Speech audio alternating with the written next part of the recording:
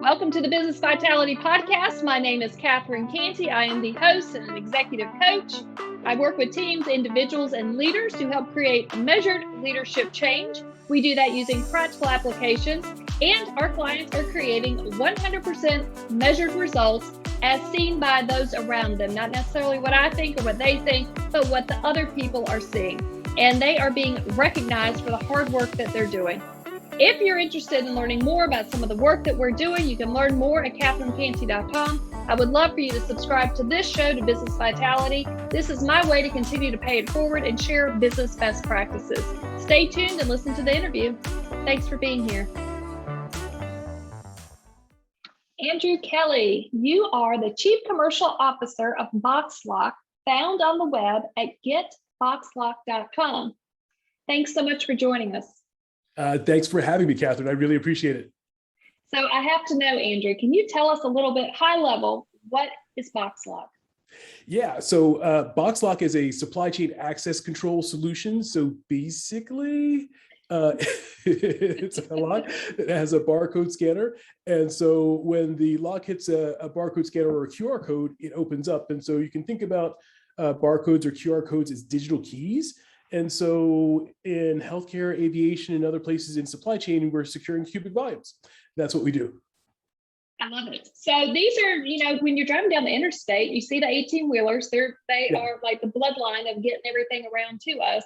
And on the back of the truck, especially the CVS and the Walgreens and some of those that are out there, they have these different types of locks that are on the back of the truck.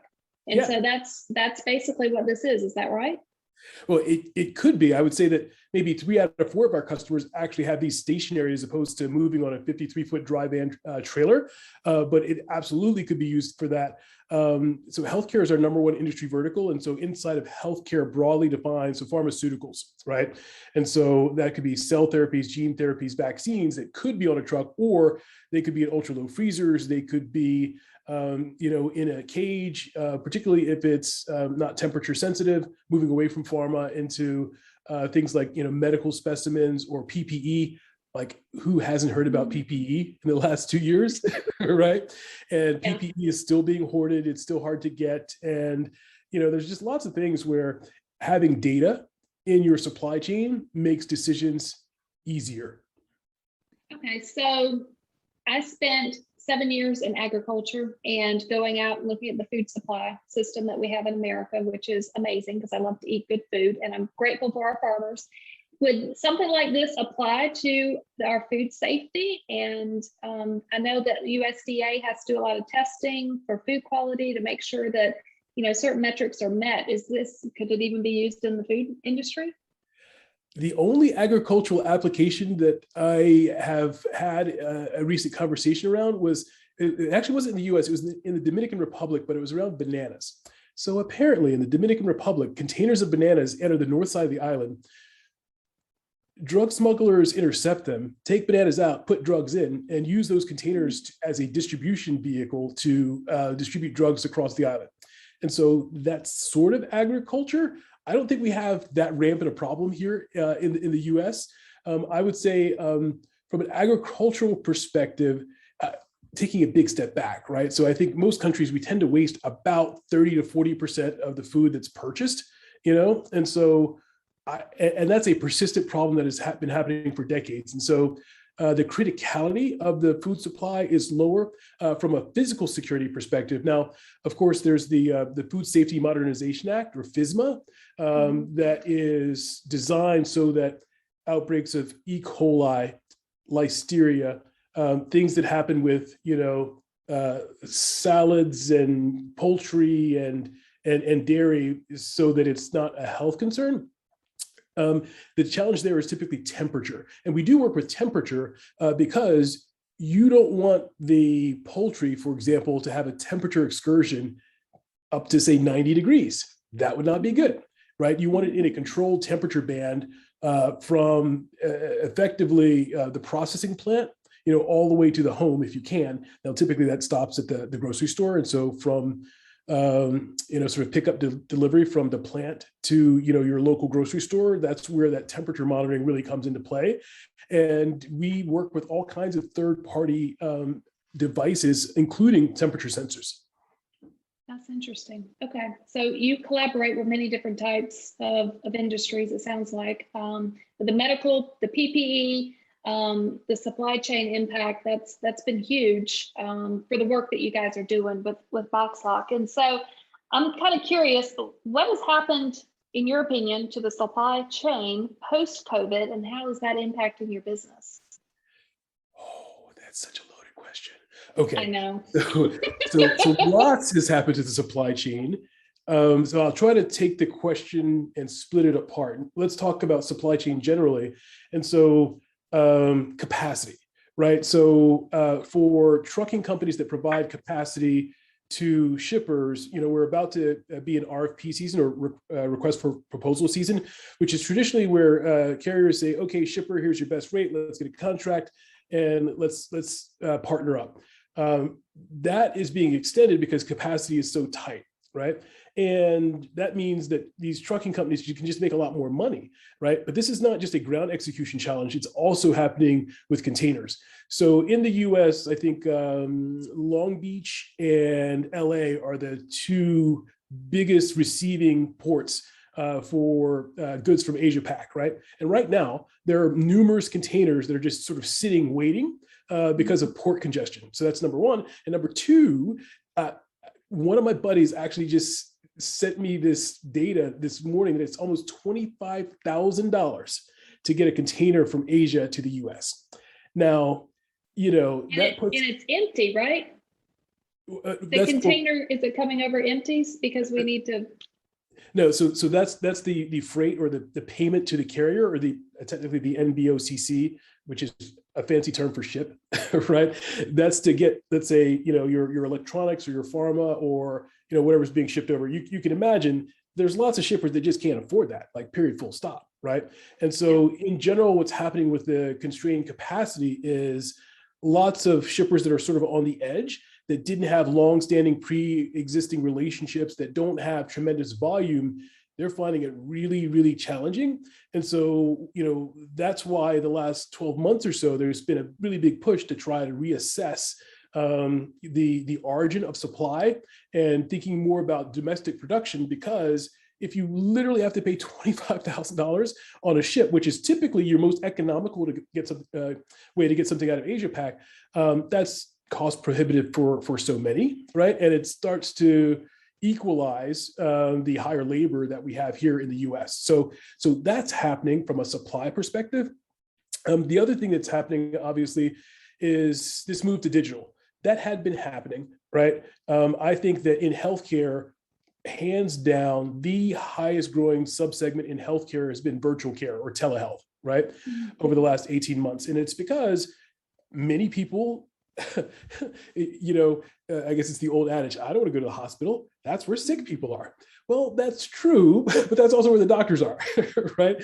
And so, the medical claims for things like, cardiology and oncology specialties are actually lower because people may be experiencing chest pains, or they may, notice a lump, but they're not going and getting diagnostics and biopsies, right? And so that has, I think, really changed how people think about virtual care, because if you can get a video conference or a call with a doctor or a nurse, then that's great. Now, obviously, you can't email a pill, right? So there's still a physical element that needs to complement the digital diagnosis, and so that's one of the things that I've seen on the healthcare supply chain side of it. And then aviation is another place where we spend a fair amount of time. And so I think that maybe as recent as a year ago, people were talking about it's going to take the aviation sector in the US 5 years to get back to the same level that it was in 2019, right? Because revenue passenger miles are way down. There's no way that people are going to get back on planes again. It's not going to happen. Well, let me tell you. So I've taken 4 flights sort of post-pandemic, or whatever this period is that we're in right now. I don't think we can really say it's post-pandemic. But, all of my flights have been full. Now, some of that's, summer travel. It's not all business travel, right? But I think aviation has rebounded at a much faster clip than people expected. And as a result, what that means is those mechanics, those ops personnel, those people that work at the airport in concessions, right? I live in Dallas. In DFW, the slow return of the people that are working the concession stands is the reason that you see lines for coffee that are longer than you will ever see probably again in your lifetime, because there literally are fewer options as a result of some of those concession folks being put out of business because of the lack of aviation travel, a year or so ago. And it's just taking longer to kind of rehire and sort of regroup and recover, even though the foot traffic from passengers has picked up a lot faster than people think. And so I think for you asked about BoxLock, for us, I think that the change is good.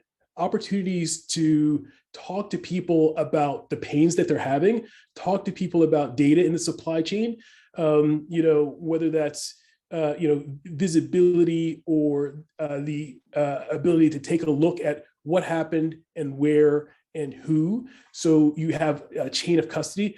Chain of custody applies to many, many different things, right? So if you've ever sat in an airplane on a tarmac for 4 hours with the pilot saying, folks, it's just going to be another 15 minutes. And, 4 hours in, they're rolling out the alcohol carts and the peanuts and stuff like that. So that's called aircraft on ground. And what that really means is there may not be a part that's nearby. And so that part may need to be expedited in to put on that plane, because you and I can go to Home Depot for screws and bolts and fasteners. Let's not do that on an airplane that has a million parts, right? That's a bad idea.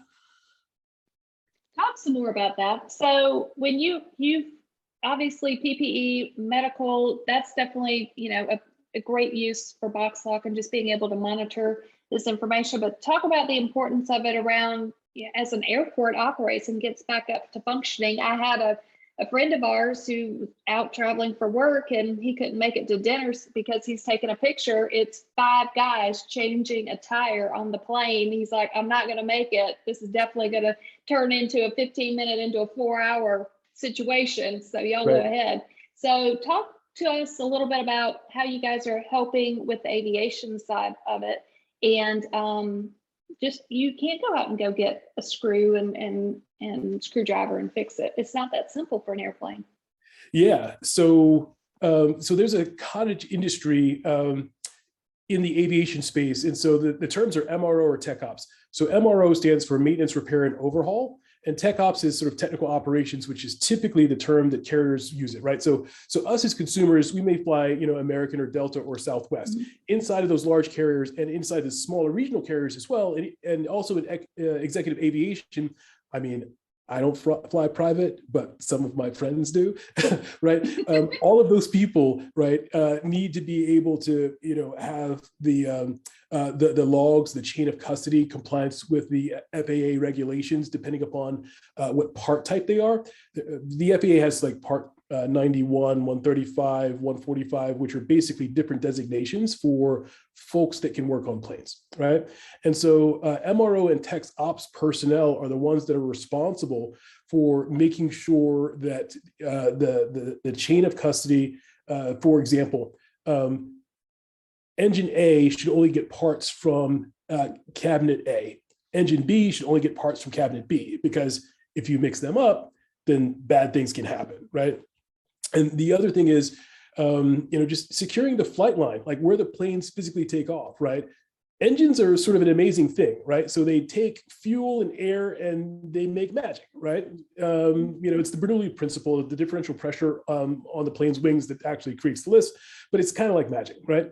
However, because there's so much that's being pulled into that engine, the tiniest thing can be catastrophic. And so foreign object debris or FOD control is a real thing. And so what that looks like is, say you're overhauling an engine, you literally have to find the last screwdriver and put it back. Make sure that it's in the cabinet, because if that screwdriver is actually left inside the engine and it takes off with humans on board, then catastrophe can ensue. And this happens both in civilian and military applications all the time. And that's why the FAA will fine people. And so it's publicly disclosed. The FAA has a list that they, I think, update on either a monthly or quarterly basis, all the fines that have gone out to carriers and to tech op shops and things like that. And so making sure that these folks have tools close to the point of consumption. They have data on the tools, the parts, whether they're in bulk cages or tool cages, or even 40-foot containers with inventory management. Like all of these things are sort of what's happening behind the scenes to make that plane flight worthy.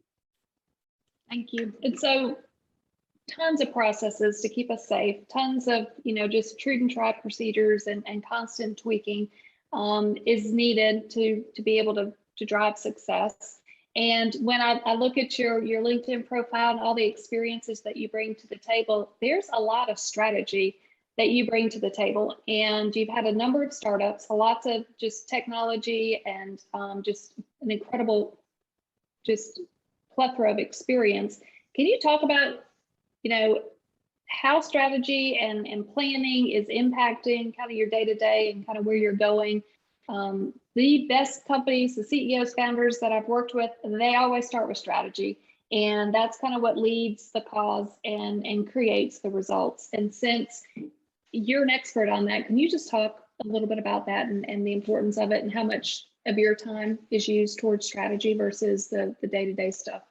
Sure. And so I'll talk about the context of technology startups. And so I think the simplest definition for me of what strategy is strategy is knowing what you will not do. That's it.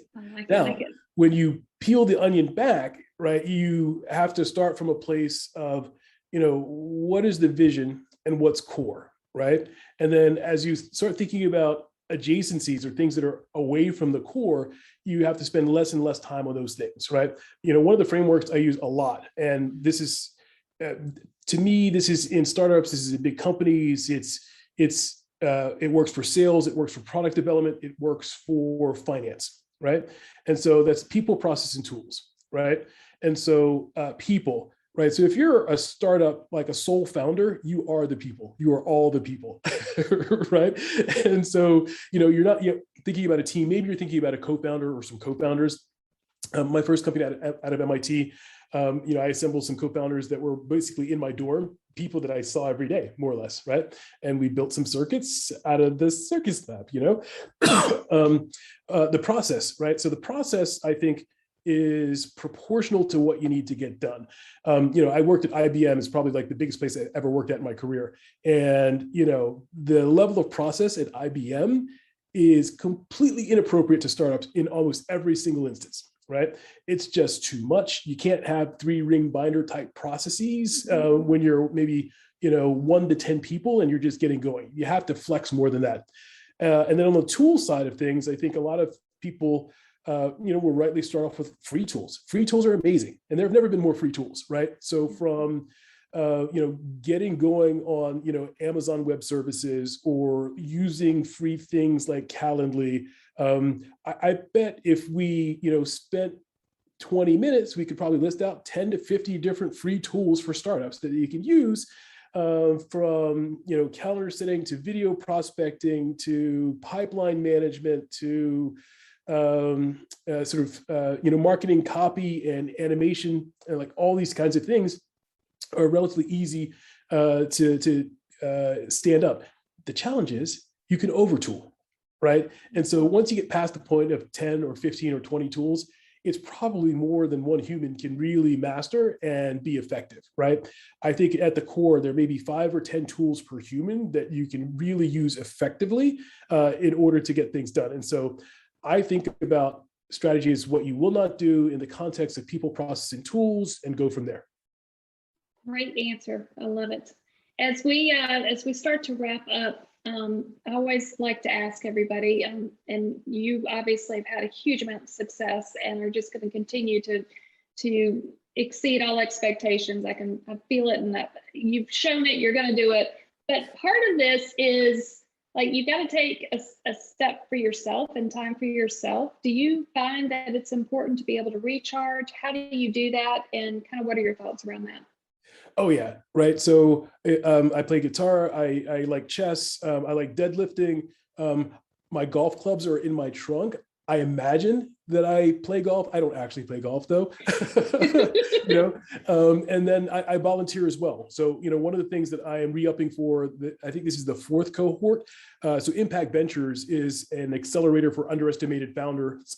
And so being able to mentor a founder sort of one-on-one for 8 to 10 weeks at a time to talk about either corporate formation or business plan, or how to think about raising funding, or how to think about building the team, or strategy, right? Like any of those kinds of things. I think that if you've started 2 companies before, you kind of can figure it out, right? You know enough of where the landmines are that you're more likely than not avoid them, right? But if it's your very first startup and there are things that you haven't seen or heard of before, if you don't know what pre-money valuation is, you're going to lose the negotiation on how much equity to give up to an investor because you just don't know, right? And so there are basic things like that. And so I find it very refreshing to kind of give back through volunteering. What was the name of the group again that you mentioned? It's Impact Ventures. And so they're based here in Dallas, but they've taken founders from, I talked to one founder, she was in Alaska. I think the founder I'll get matched up with probably in the next week or 2. I think he's based in California, actually. That's awesome. Thank you for doing that. I love that you're just continuing to feed it forward to more people that are coming this way to be able to give back. I think it's extremely important. And if anybody would like to learn more about you, Andrew, and the work that you're doing, what is the best way to get in touch with you? Yeah, shoot me an email, or it's probably easier to find me on LinkedIn. It's just Andrew Kelley, Kelley. You can follow, you can connect, you can DM me, whatever is easiest for you. That is awesome. Thank you so much.